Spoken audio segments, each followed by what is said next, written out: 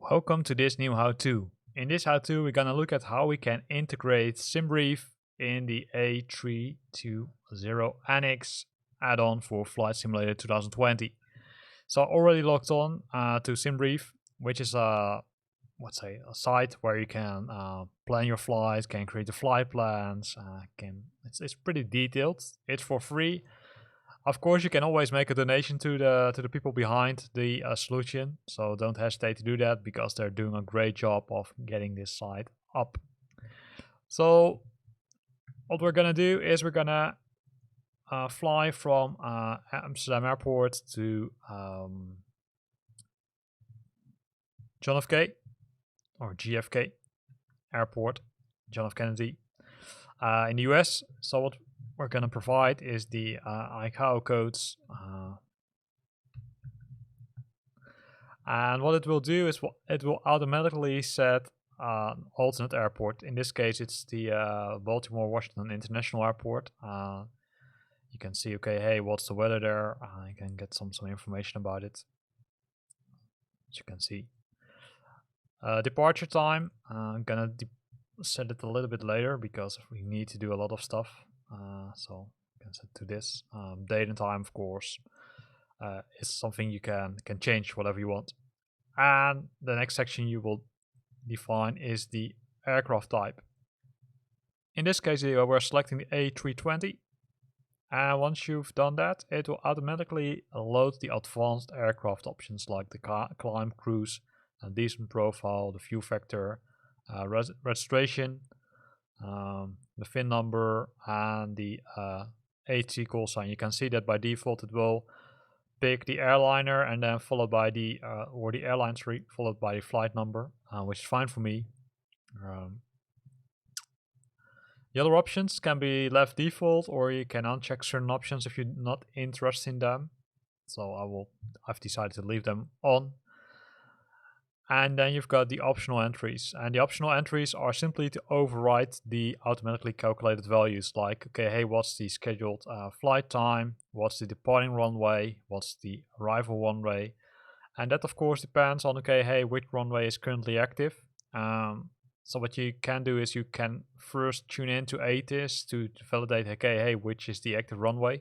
For now I'll leave 18 Charlie as the departing runway and 41 Lima as the destination runway. Any additional fuel which you need, the altitude, the number of passengers, which you can play with, of course. You can say, hey, I want to have it full, or I want to have it empty. Depending on that, it might change your the fuel you need, of course. Then your pilot name, the pilot identity, and the fuel, which is also set to automatically, so it will automatically calculate, okay, hey, this is the fuel you need for, I would say, this flight. I'm using the old 1903 Air AC option. You can unlock the 30 or 2031s, but then you need to buy a subscription, so be aware of that. In the route section, you will find all the waypoints which we're gonna visit, and you've got alternate routes displayed on the right side. So I will leave it for now. This is the correct flight, and it will display, okay, hey, the route is valid, the distance, and you can make changes to this flight. So for example, if you don't like to visit this waypoint, you can add it into the avoid list, or you can add certain items to fix, I would say, part of the flight, but I will leave it for now. It's not necessary to make any changes as we speak. Historical weather is disabled. We're not gonna have a look at it. Alternate airports, if you're not happy with the alternate automatically generated, you can provide another one here, or you can decide to add any other additional ones. So besides the alternate one, you can add on another additional one. So it's not necessary for now, so we will leave it. Same thing is for takeoff and en route alternates. We will leave them as is. So if we scroll down, we will see the map, and the map will simply show you the flight. So we're flying via the UK, then over the North Atlantic, and then we'll land at Kennedy Airport, and if you want, you can zoom in, right? So you can zoom into it, say, okay, hey, JFK. So the black line shows you the primary route, and the dotted line shows you, okay, hey, what's the route which we're gonna take if, for example, JFK is closed for some kind of reason. So once we've done that, we can scroll to the top. So I will zoom out, and then we can say save the flight. So it's saved, and then we can generate the OFP. So generate the flight plan. It will prompt you and say, hey, are you sure? Because we're going to overwrite the previous plan you created. In this my case, it will say yes. So in your case, you also need to say yes, because else you can't use it within Flight Simulator.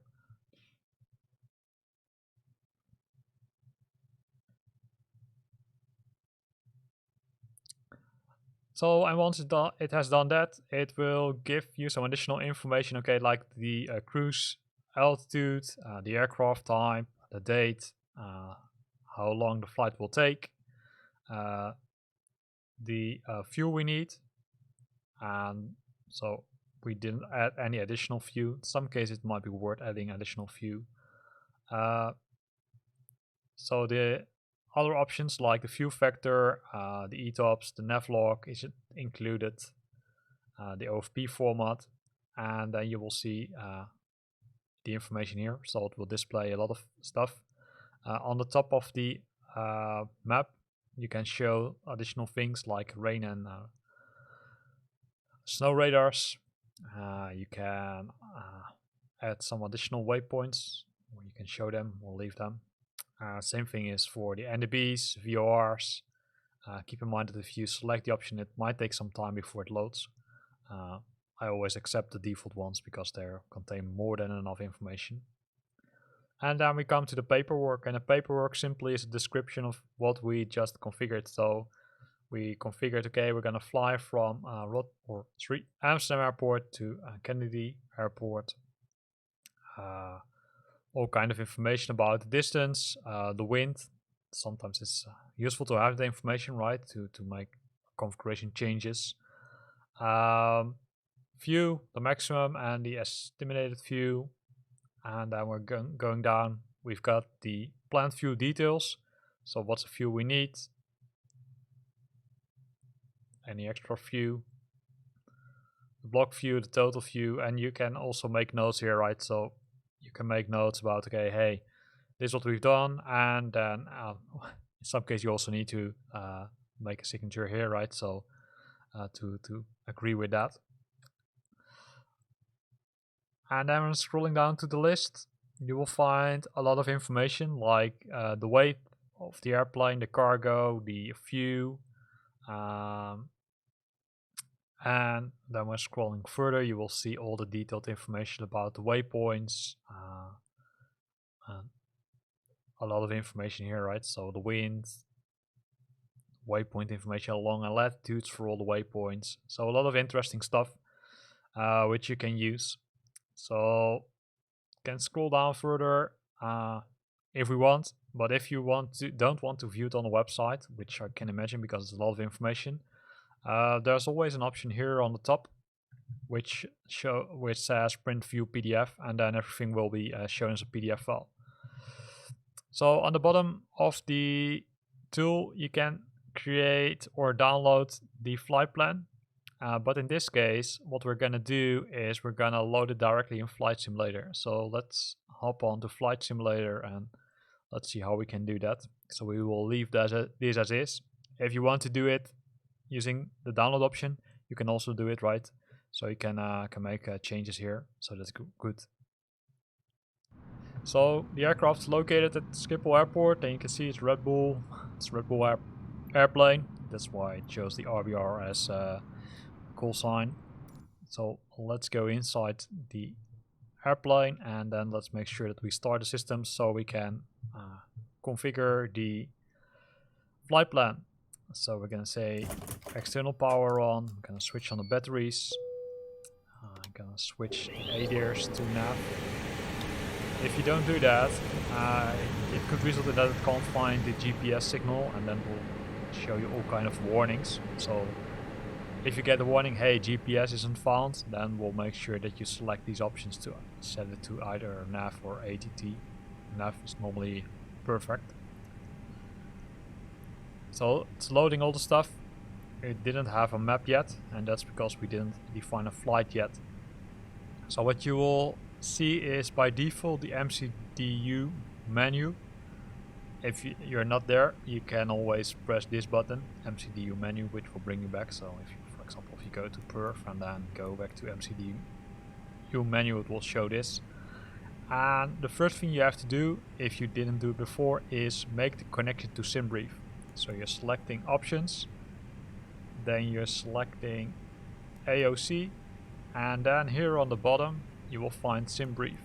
And in simBrief you need to specify the username from the user you're using in simBrief, which will ensure that we can load the flight plan.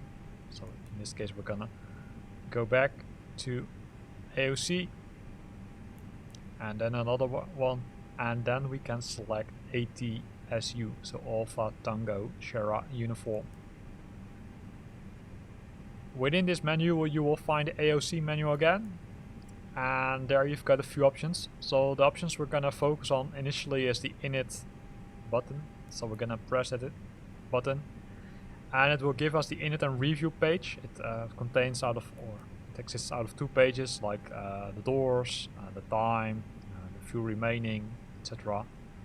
And on the first page you don't see anything loaded yet, and that's where this button comes into handy, because if we're pressing this button, it will look at the flight plan we have configured, and it will load the information from the flight plan. So the flight number, boarding airport, destination airport, estimated time, GMT time. When we go to the second page, it also populated some other fields like the blank time. Flight time is not yet populated, right? So, and contains the auto load of auto land option. Sorry. So once we've done that, we need to go back and say, okay, hey, let's configure the performance options. So the block view, taxi view, and the trip view. What you can do is you can press the review load button, and the reason you might want to do it is before this. So if we switch on the view, here you will see that by default the airplane is loaded with this this amount of view. In some cases, if it's not correctly done, you can press the load view button, and you will see once I've pressed it, it will make sure that the say that the airplane is correctly loaded with view. It's a little bit silly if you would be somewhere halfway and you find out that you don't have enough view. So OFP request send, just to make sure that it's already in place. Press load again, and that's the information we have. Then the next step is to make note of the ZFW, so the Zulu Foxtrot Whiskey and the Zulu Foxtrot Whiskey Charlie Golf options, because you need to define them in another option or in one of the other fields. So keep them in mind for now, 560 and 30. Let's continue with the init option, which is shown here. So we're gonna populate these fields, and you can do it manually, but if you do the init request option, or if you will use that option, it will automatically populate all the data from your flight plan within this init option. So you'll see the from and to, the alternate airport, the flight number, the cost index, the cruising flight, temperature, and in some cases, if there's more information, it will also import that data. However, the field which isn't populated automatically is the ZFW and ZFWCG. So what we need to do is we need to punch in these numbers, right? And of course I already forgot them, so that's why I said, okay, make note of them, because you will forget them. So we'll go to the second page. So 560 and 30, so that's good. So we're gonna go to init again, go to the second page and say 56.0, and the other one was 30 if I'm correct. and then we're gonna press the button here, which will pre-populate the flight, pre-populate the values here, and then you see that there's also a new option in the view option where you can say, okay, hey, plan the flight or plan the view, sorry, and then confirm the view. So once that has been done, you're almost ready to make or to start asking for permission to taxi and to take off. But before doing that, it's always a good idea to look at the flight plan if it's being added here. So it's being added here correctly, as you can see. So in case of the second flight plan, this option is still not working yet in the A32NX option, so maybe it will work in the future, but for now it doesn't work. So what we're gonna do is we're gonna define the let's say star route or to depart from Schiphol Airport. And to do that, what we're gonna do is, if you go into the top section of the aircraft, you will see that by default the select plan mode is set to ARC. So you're gonna switch it to plan, and then you can increase the speed or increase the, say, range using this button. So this also displays the flight plan. You can see it, hopefully. So you can see it here, right? So you can see the flight plan here. It contains all the options here. But what we're gonna do is we're gonna define the star route which we're gonna use. So to do that, what you need to do is go back to the MCDU, press the button in front of the departing airport, select departure, and then find the runway which you have selected to depart from. In our case, we selected runway 18 Charlie,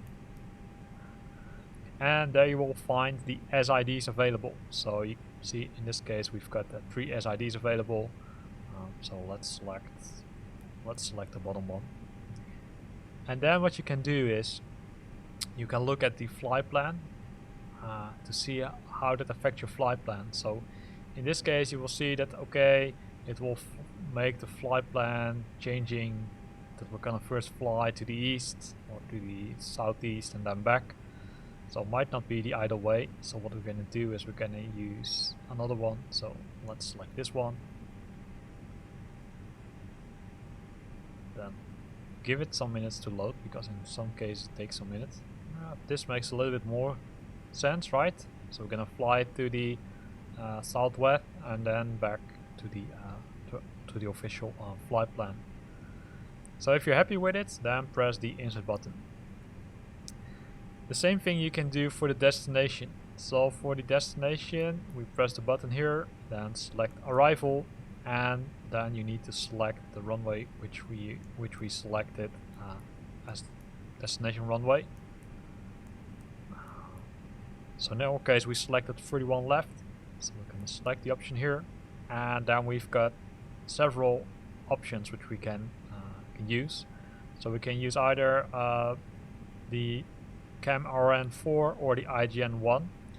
Of course, zooming out is a little bit hard for destination airport, so what you can do is you can open the VFR map and then zoom out and then scroll to the other side of the ocean. It's not the most nice way to do. There are easier ways. For example, if you will select or search on the internet for the depart or the airport, and then search for the routes which you can take to the airport, it will also show that information. But for now, let's do it like this.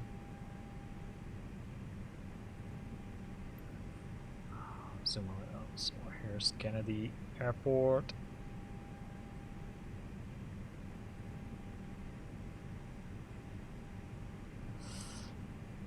And then what we're gonna do is we're gonna zoom out a bit, and then let's select IGN1 first.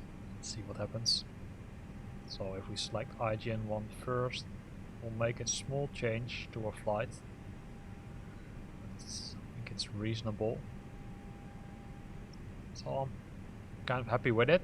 So if we're happy with it, then press the insert button, which will add it to our flight plan. So once that has been done, select return again. You will see that the GPS is now set to primary, so it has detected the GPS signal. If you want, you can go to your flight plan by using the up and down options to make sure that you're, I would say, validating, okay, hey, where am I? Are the original flight plan waypoints added correctly? And if that's the case, it's time to request permission to taxi and then take off to your destination. This is where the how-to ends. I hope you liked it. In this how-to we discussed how you can integrate simBrief with the A32NX add-on, which is a great addition, one using Flight Simulator 2020. If you got questions or comments, then use the comment box below the video. If you'd like to see more of these videos, then consider to subscribe to my channel. Thanks for watching and see you next time.